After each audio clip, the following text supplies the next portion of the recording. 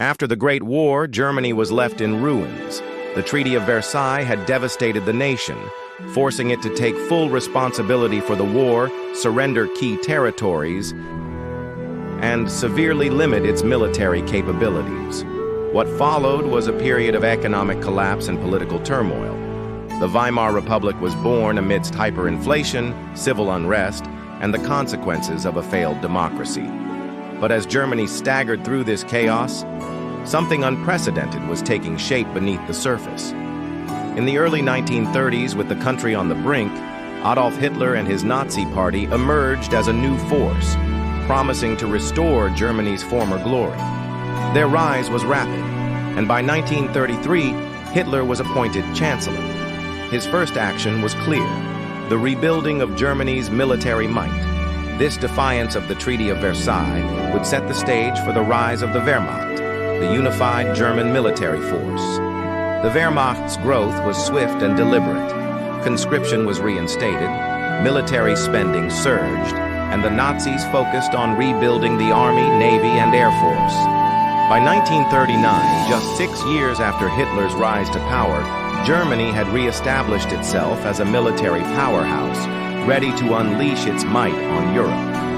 In September 1939, the Wehrmacht tested its new strength in the invasion of Poland, employing a revolutionary tactic, Blitzkrieg. This lightning war strategy was designed to be fast, overwhelming, and precise. Tanks, motorized infantry, and close air support would strike with such speed and coordination that the enemy would have no time to respond. The success of Blitzkrieg was immediate, as Polish defenses were crushed within weeks, and World War II officially began. The success of Blitzkrieg continued throughout the early years of the war. In 1940, Germany turned its sights on France. The French military, relying on static defenses like the Maginot Line, was ill-prepared for the speed and surprise of the German attack. German forces bypassed the heavily fortified line by advancing through the Ardennes forest, taking the French by surprise and forcing them to surrender within weeks. At the heart of this success were brilliant commanders like Guderian and Erwin Rommel. Guderian, known as the father of Blitzkrieg, championed the use of tanks and mechanized infantry, turning traditional military strategy into a devastatingly modern form of warfare. Rommel, known as the Desert Fox, became a legendary figure for his command of German forces in North Africa, demonstrating his skill in mobile warfare. However, by 1941, the tide began to shift. Despite the overwhelming success of Blitzkrieg, the Wehrmacht's ambitious expansion led them to face a new and formidable enemy, the Soviet Union. Operation Barbarossa, launched in June 1941, aimed to bring down the Soviet Union in a quick, decisive strike. For the first few months, the Germans pushed deep into Soviet territory, inflicting heavy losses on the Red Army. The element of surprise, combined with rapid movement, seemed to guarantee victory.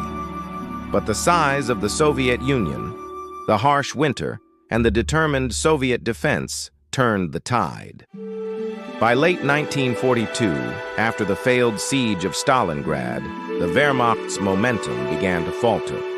The Germans, overextended and ill-prepared for the Russian winter, were trapped in one of the most significant defeats of the war. The Battle of Stalingrad not only marked the turning point on the Eastern Front, but also shattered the myth of German invincibility.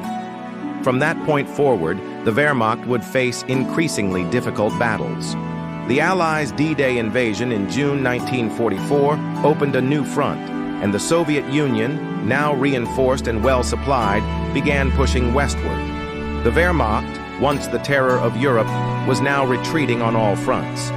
In May 1945, after the fall of Berlin, Germany surrendered unconditionally, marking the end of the war in Europe.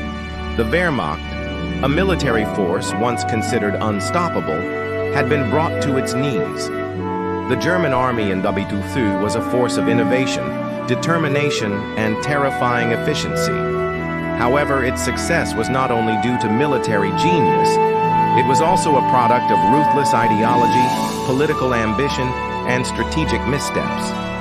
The legacy of the Wehrmacht remains one of both admiration for its early victories and horror for the atrocities committed during the war. While the war ended in defeat for Germany, the efficiency and innovation of its military in the early years of the conflict set a precedent for modern warfare and left an indelible mark on the world's history. The rise and fall of the German army in WWII remains a complex tale, marked by both brilliance and tragedy.